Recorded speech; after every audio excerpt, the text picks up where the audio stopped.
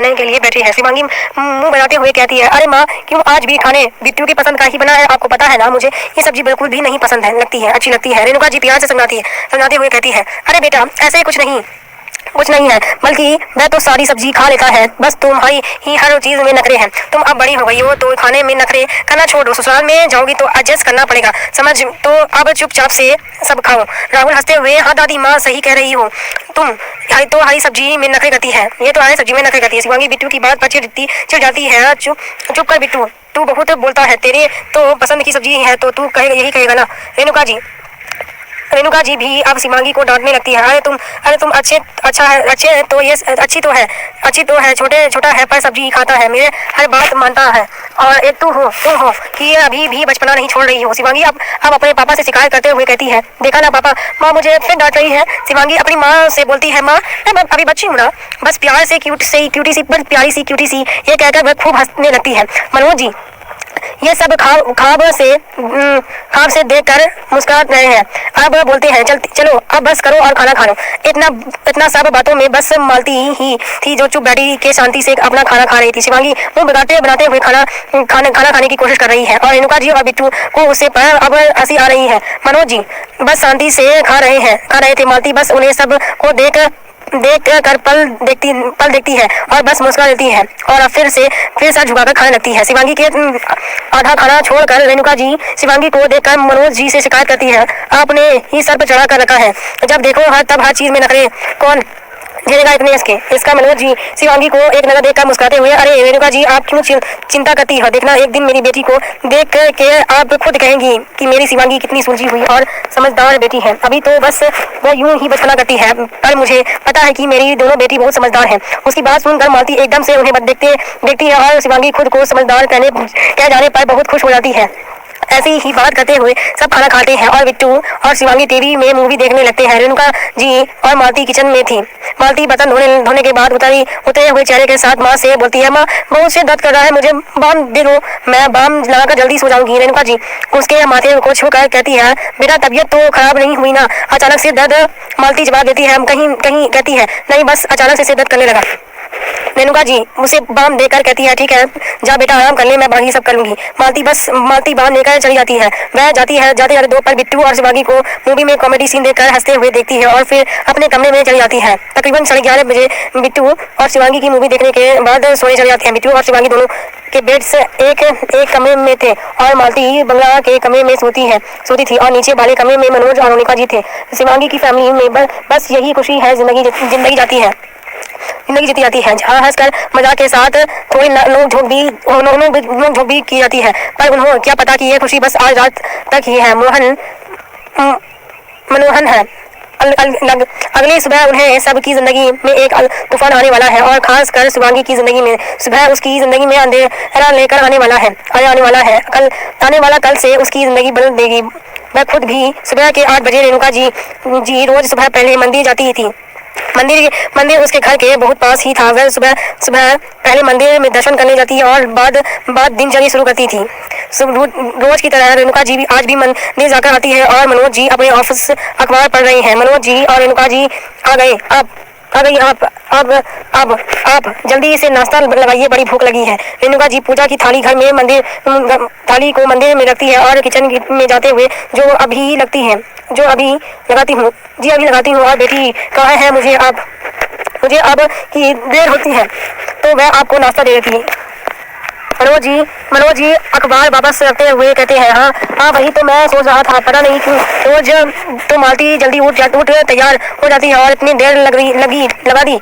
राहुल कहता है, माँ हाँ पापा, शिवांगी दीदी का तो पता है 9 बजे उससे पहले नहीं उठती है, पर मालती दीदी तो रोज माँ के बाद ही तुरंत उठ जाती है, कहीं उसकी तबीयत तो खराब नहीं? कल रात भी बोल रही थी कि उनके सर में दर्द हो रहा है, और खाने पर भी थोड़ी चुप से थी। रेणुका जी ये सुनती ही घबरा गई, और राहुल से बोलती है, जब बिट्टू जल्दी से उसके कमरे में जाकर देख तो कहीं ज्यादा तबीयत तो नहीं खराब हो गई। राहुल जी मम्मी अभी देखता हूँ, ये कहेगा बिट्टू जल्दी से मालती के कमरे में जाता है, और दरवाजा खटखटाता है, पर दरवाजा नहीं खुलता। बिट्टू फिर दरवाजा से खटखटाता है, और साथ में आवाज भी देता है, मालती दी आप ठीक हो ना? हाँ दरवाजा खोलो। बिट्टू ने इतनी बार नॉक किया करने पर भी मालती दरवाजा नहीं खोलती, पर बाजू वाले कमरे में शिवांगी उठ के आती है, और और उबासी लेकर आंख मलते हुए बिट्टू को डांटी है। ये बिट्टू क्या है, क्यों इतनी सुबह शोर मचा रहा है, मेरी नींद खराब कर दी ना।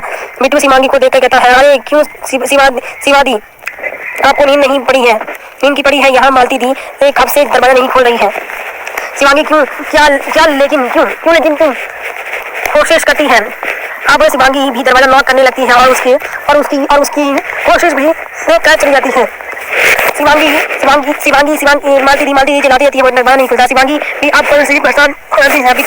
शिवांगी बिट्टू से कहती है, आखिर क्या हुआ कि दी को राहुल बहुत परेशान होकर शिव से कहता है, पता नहीं दी, वैसे तो मालती दी रोज सुबह उठ जाती थी, पर आज अभी तक नहीं उठी और रात को खाने के वक्त कुछ नहीं बोल रही थी और सिर दर्द कर रहा है बोल रही थी। हम लोग कहीं बीमार ना तो उन्हें देखने आए थे। शिवांगी तब तो सच में ज्यादा बीमार नहीं हो गई, वरना तो वह कभी भी देर से नहीं उठती, वह तो रोज 6 बजे उठ जाती है। बिट्टू को इतनी देर लगाने पर अब मनोज जी भी आवाज लगाते हैं, अरे बिट्टू कितनी देर, मालती बिटिया उठे कि नहीं है, मैं ठीक है ना।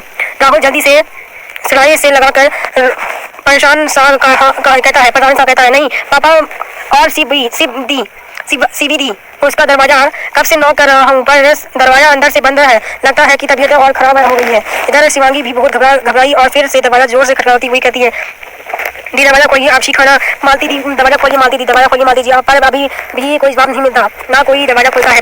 अब मनोज जी और रेणुका जी भी परेशान होकर ऊपर आ चुके थे। मनोज जी दरवाजा को पीटने लगते हैं और घबराते हुए जोर से कहते हैं, मालती बिटिया जल्दी से दरवाजा खोलो, क्यों क्या हुआ तुम्हें, तुम ठीक हो ना, बेटा खोलो दरवाजा। मालती दरवाजा नहीं खोल रही और रेणुका जी अब बुरे ख्याल से डरने लगती है और सोच कर रोने लगती है। मनोज जी उनको रोते देखकर परेशान से, अरे अब आप रोइए मत, हम है ना, हमें कुछ नहीं होगा, हम कुछ करते हैं।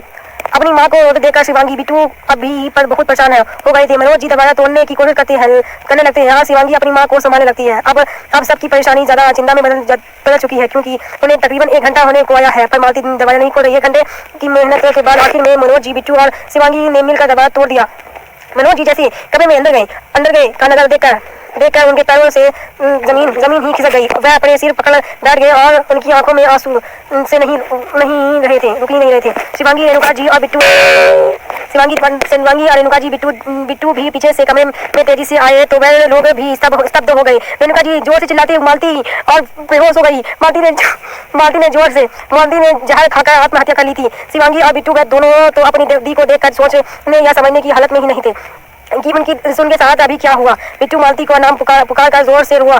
अब जाकर शिवांगी को समझ आया कि उनकी दी अब नहीं छोड़कर चल गई है। शिवांगी भी अब फूट कर रोने लगती है। दी ये आपने क्यों किया? उसकी आंखों से आंसू क्यों नहीं रहे थे। रोते रोते शिवांगी की नजर अपनी माँ पर गई और उन्हें उसने बेहोश देखा तो वह दौड़कर उन्हें हमेशा से होश में लाने लगी, चिल्लाने लगी, माँ उठो प्लीज, माँ उठो, माँ रोने जा रही थी और रेणुका जी के गले जोर से थपथपाए उनको उठाने की कोशिश कर रही थी। रेणुका न उठने पर शिवांगी दौड़ कर अपने पापा के पास जाती है। पापा देखो ना, माँ बेहोश हो गई है, पापा देखो ना। मनोज जी इतने सदमे में थे कि उन्हें कुछ सुनाई और समझ नहीं आ रहा था।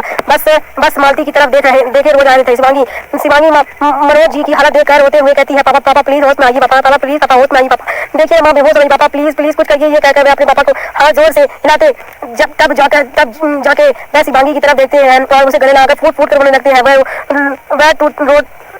लड़ते हुए मालती का नाम ले जा रहे थे। तो क्या होगा अब क्या की मालती की ने आत्महत्या और कैसे यह हादसा शिवांगी की जिंदगी बदलने वाला है, जानने के